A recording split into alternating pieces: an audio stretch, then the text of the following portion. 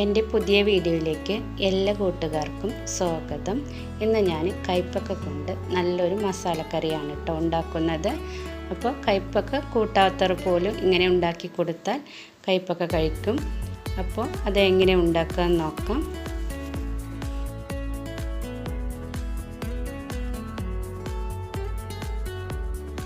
അതിന് വേണ്ടി കയ്പ്പക്ക ഞാൻ എടുത്തിട്ടുണ്ട്.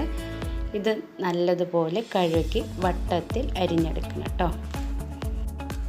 അപ്പോൾ ഒരു പാൻ ചൂടാക്കി അതിലേക്ക് 3 ടേബിൾ സ്പൂൺ വെളിച്ചെണ്ണ ഞാൻ ഒഴിച്ച് കൊടുക്കുന്നുണ്ട്. ഇനി ഇതിലേക്ക് നമ്മൾ നേരത്തെ അരിഞ്ഞു വെച്ച കയ്പ്പക്ക ഇതിലേക്ക് ഇട്ട് കൊടുക്കുക.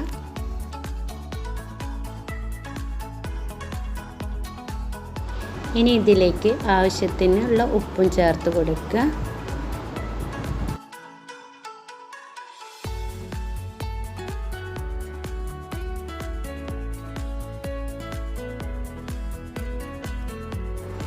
ഇനി കയ്പ്പക്ക ഒരു 1/4 വേവ് ആകുന്നത് വരെ ഒന്ന് വറുത്തെടുക്കുക കേട്ടോ. നല്ല മുരിഞ്ഞൊന്നും വരണ്ട, 1/4 വേവായാൽ മതി. അപ്പോൾ കണ്ടില്ലേ, ഇതുപോലെ ആയാലും നമുക്കിത് ഒരു പാത്രത്തിലേക്ക് മാറ്റാം. ഇത്ര ആയാൽ മതി കേട്ടോ.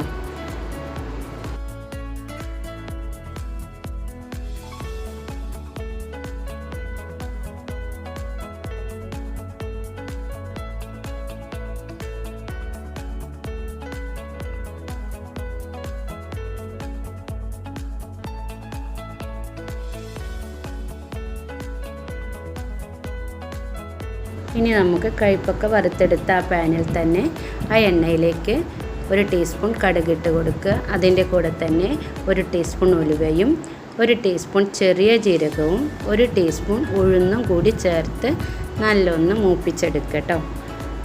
അതിലേക്ക് കുറച്ച് കറിവേപ്പില കൂടി ഇട്ട് കൊടുക്കുക.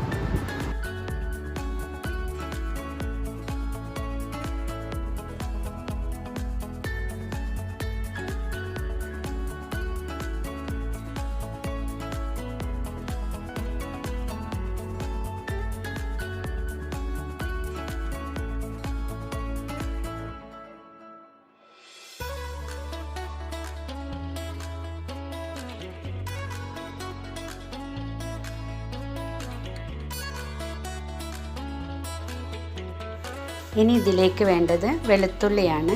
ഞാനൊരു 10-12 അല്ലി വെളുത്തുള്ളി തൊലി കളഞ്ഞ് മുഴുവനായിട്ട് കൊടുത്തിട്ടുണ്ട്. അരിഞ്ഞ് കൊടുക്കൊന്നും വേണ്ട, അങ്ങനെ തന്നെ ഇട്ട് കൊടുത്താൽ മതി.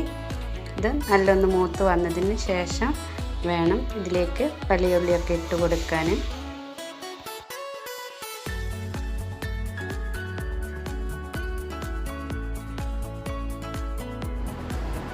അപ്പോൾ വെളുത്തുള്ളി നല്ല ഏകദേശം ഒന്ന് മൂത്ത് വന്നിട്ടുണ്ട്. ഇനി ഇതിലേക്ക് ഒരു വലിയ സവോളയും 2 പച്ചമുളകും കട്ട് ചെയ്തതാണ് ഞാൻ ഇട്ട് കൊടുത്തിട്ടുള്ളത്. ഇത് ഒന്ന് വഴറ്റിയെടുക്കുക.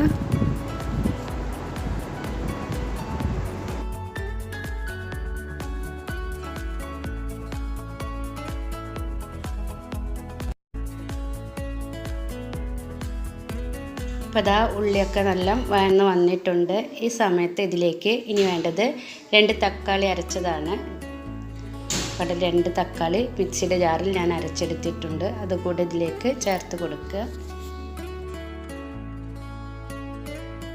ഇനി അതും നല്ല എണ്ണ തെളിയുന്നത് വരെ ഒന്ന് വഴറ്റി കൊടുക്കുക.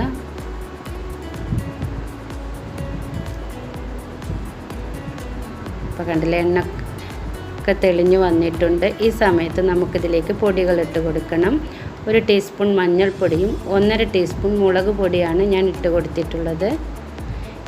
അതിൻ്റെ ആ പച്ച ടേസ്റ്റൊക്കെ ഒന്ന് മാറുന്നത് വരെ ചെറിയ തീയിലിട്ടിട്ട് ഒന്ന് ഇളക്കി കൊടുക്കുക.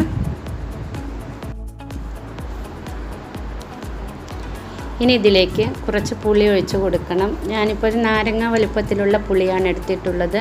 അത് നല്ലതുപോലെ പിഴിഞ്ഞ് അതിൻ്റെ വെള്ളം ഞാൻ ഇതിലേക്ക് ഒഴിച്ച് കൊടുത്തിട്ടുണ്ട്. ഇനി ഇതെല്ലാം നല്ലൊന്ന് മിക്സാക്കി എടുത്തതിന് ശേഷം ഈ വെള്ളമൊക്കെ ഒന്ന് കുറച്ച് വറ്റുന്നത് വരെ ഒന്ന് തിളപ്പിച്ചെടുക്കണം കേട്ടോ.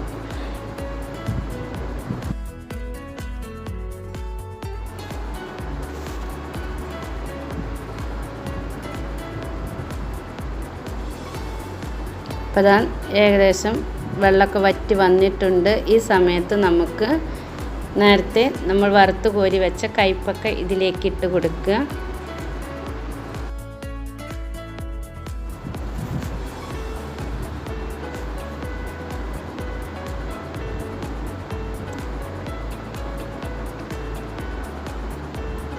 ഇനി ഇതെല്ലാം നല്ല മിക്സാക്കി എടുത്തതിന് ശേഷം ഒന്ന് മൂടി വെച്ചിട്ട് ഒരു 10 മിനിറ്റ് ലോ ഫ്ലെയിമിലിട്ട് വേവിച്ചെടുക്കണം.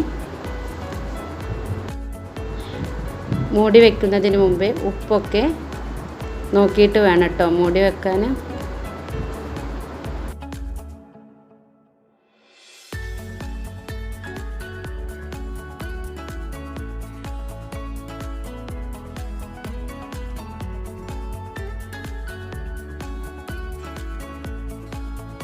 അപ്പോൾ ഇതാ കയ്പക്ക ഇതാ റെഡി ആയിട്ടുണ്ട്.